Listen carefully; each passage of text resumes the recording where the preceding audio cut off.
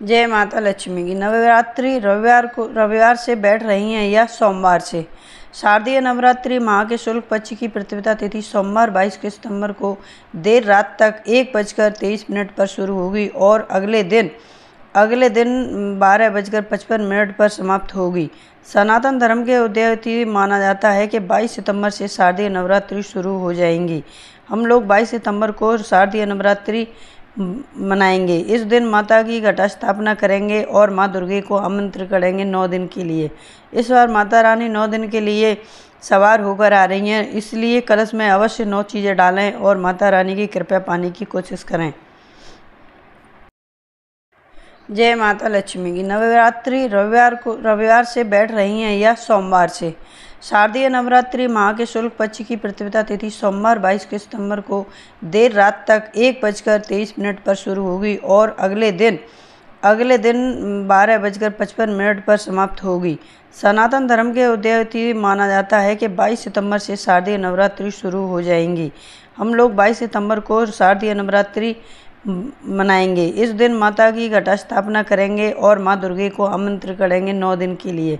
इस बार माता रानी 9 दिन के लिए सवार होकर आ रही हैं, इसलिए कलश में अवश्य 9 चीज़ें डालें और माता रानी की कृपा पाने की कोशिश करें। जय माता लक्ष्मी की। नवरात्रि रविवार से बैठ रही हैं या सोमवार से। शारदीय नवरात्रि माह के शुक्ल पक्ष की प्रतिपदा तिथि सोमवार 22 सितंबर को देर रात तक 1:23 पर शुरू होगी और अगले दिन 12:55 पर समाप्त होगी। सनातन धर्म के उदय तिथि माना जाता है कि 22 सितंबर से शारदीय नवरात्रि शुरू हो जाएंगी। हम लोग 22 सितंबर को शारदीय नवरात्रि मनाएंगे। इस दिन माता की घटा स्थापना करेंगे और माँ दुर्गे को आमंत्रित करेंगे 9 दिन के लिए।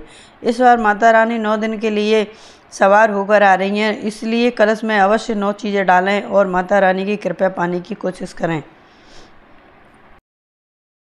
जय माता लक्ष्मी की। नवरात्रि रविवार से बैठ रही हैं या सोमवार से।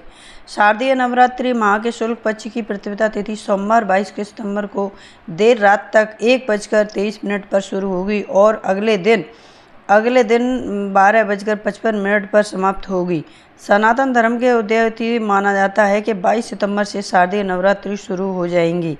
हम लोग 22 सितंबर को शारदीय नवरात्रि मनाएंगे। इस दिन माता की घटा स्थापना करेंगे और माँ दुर्गे को आमंत्रित करेंगे 9 दिन के लिए।